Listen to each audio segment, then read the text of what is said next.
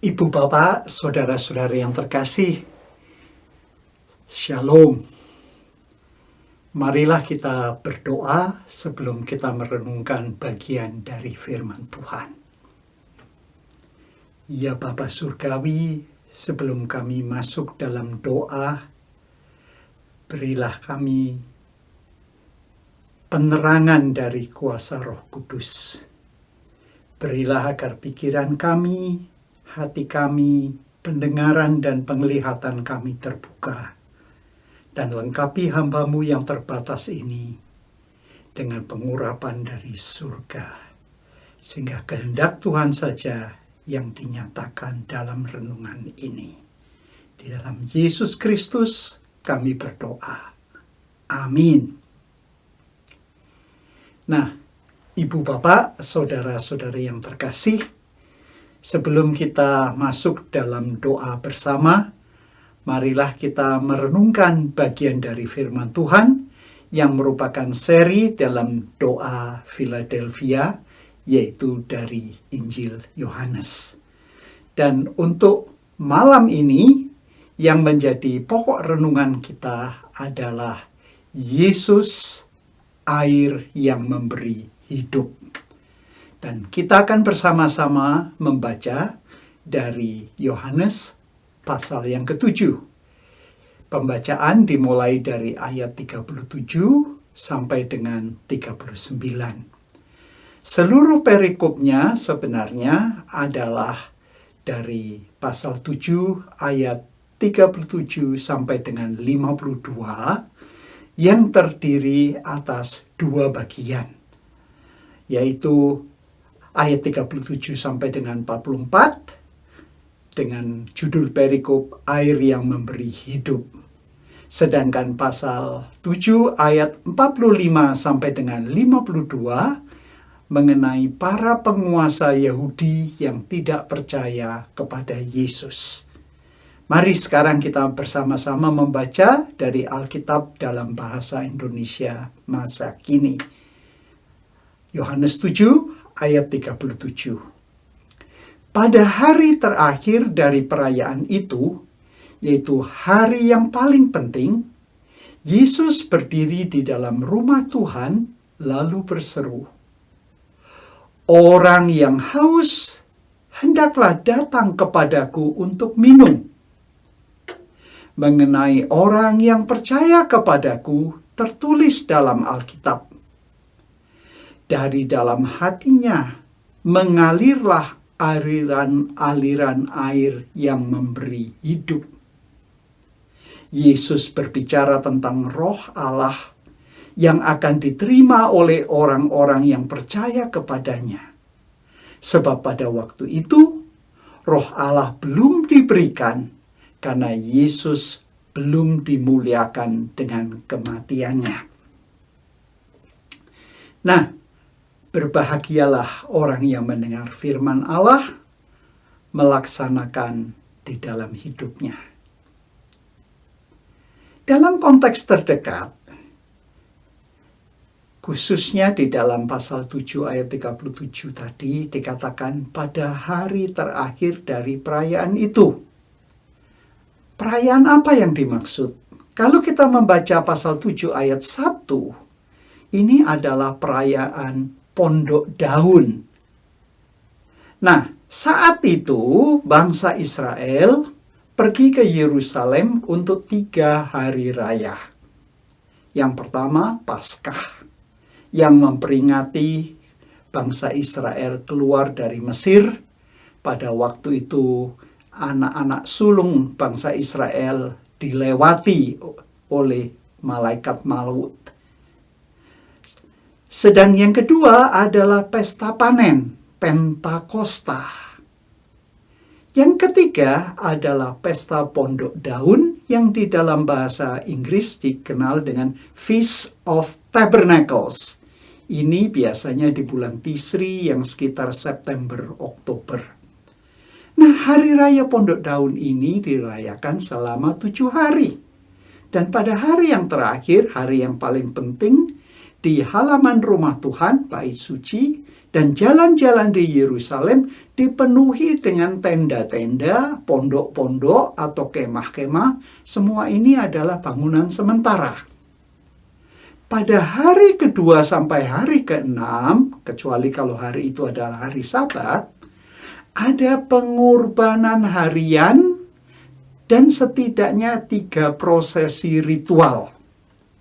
Nah, pada prosesi kedua yang disebut sebagai Simhat Bet HaShoevah, atau terjemahannya sukacita dari tempat pengambilan air, para imam dalam prosesi dari rumah Tuhan ke kolam Siloam mengambil air, lalu kembali melalui gerbang air untuk menuangkan air di atas mezbah sebagai persembahan. Dan prosesi itu akan disertai dengan nyanyian, permainan seruling, tari-tarian, dan lambaian ranting-ranting. Dengan kata lain, Tuhan Yesus merujuk pada air yang dikatakan pada hari terakhir perayaan. Dan sekarang Yesus menyampaikan pesan tentang air yang berbeda dengan air ini, yaitu air yang memberi hidup. Nah, di dalam Injil Yohanes ini bukan pertama kali air yang memberi hidup disampaikan. Di dalam pasal 4, kita masih ingat bagaimana Yesus bertemu dengan seorang perempuan dari Samaria. Di dalam pasal 4 ayat 10, Yesus menjawab, "Sekiranya engkau tahu pemberian Allah dan siapa yang minta minum kepadamu, pasti engkau sendiri yang minta minum kepadanya, dan ia akan memberikan kepadamu air hidup." Kata wanita itu, "Tuhan, tidak mempunyai timba, dan sumur ini dalam sekali. Dari mana Tuhan mendapat air hidup?" Nah, itu percakapan antara Yesus dan perempuan Samaria di tepi sumur. Selanjutnya dalam Yohanes pasal 6 ayat 35 berbicara tentang Yesus sebagai pelepas dahaga. Ini ayat 35. "Akulah roti yang memberi hidup," kata Yesus kepada mereka. "Orang yang datang kepadaku tidak akan lapar lagi untuk selama-lamanya, dan orang yang percaya kepadaku tidak akan haus lagi untuk selamanya."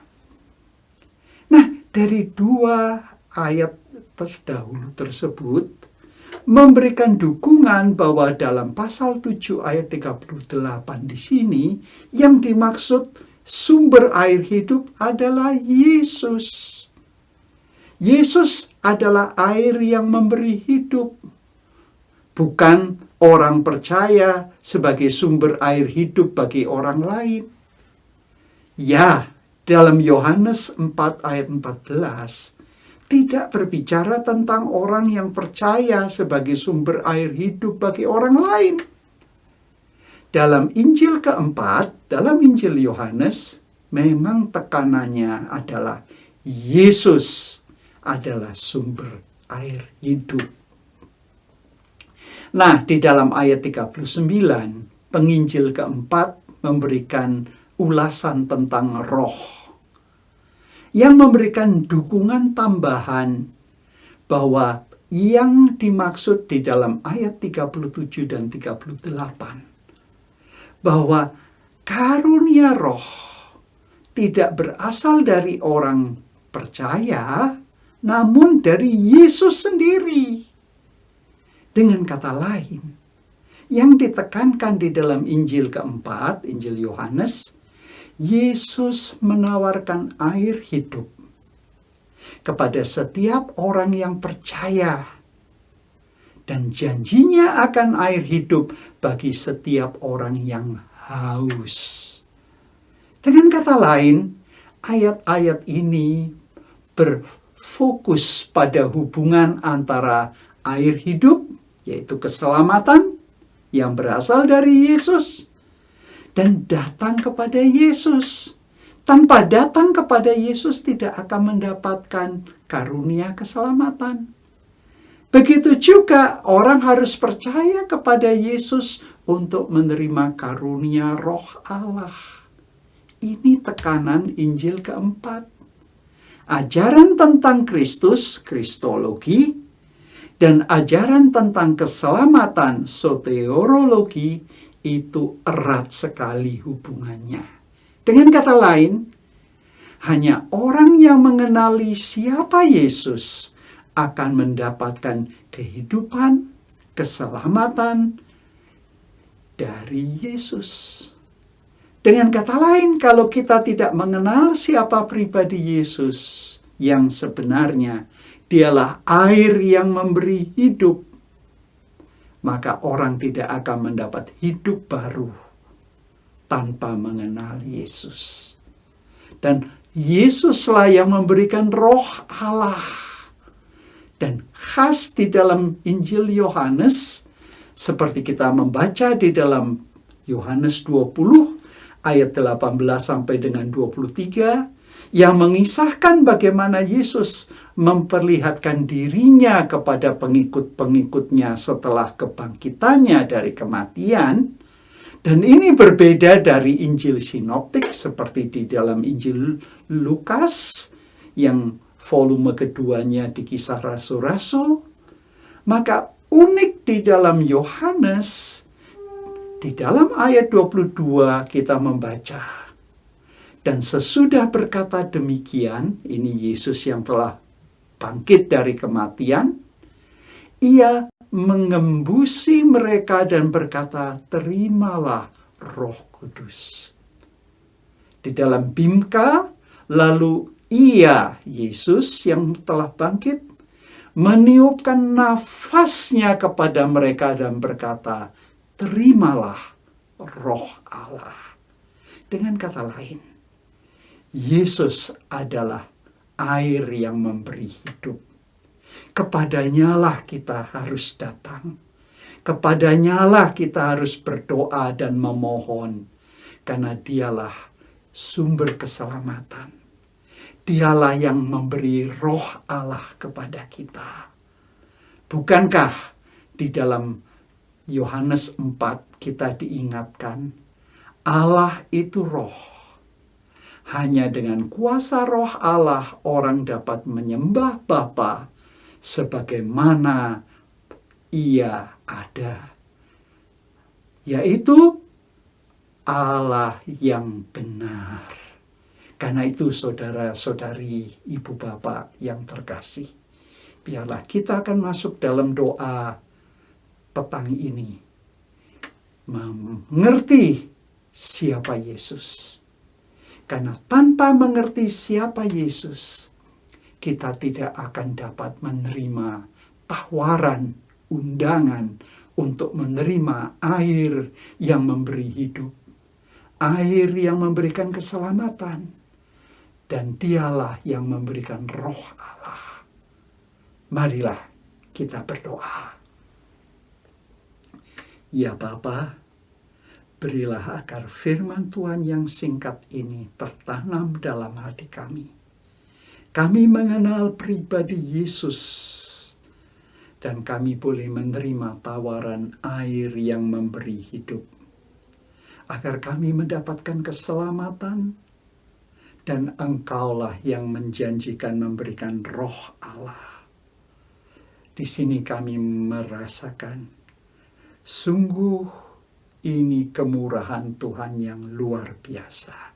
Ini anugerah Tuhan yang sangat besar, yang kami tidak layak menerima, namun Engkau memberikan kepada kami. Terima kasih Bapa. Di dalam Yesus Kristus Tuhan kami berdoa. Amin.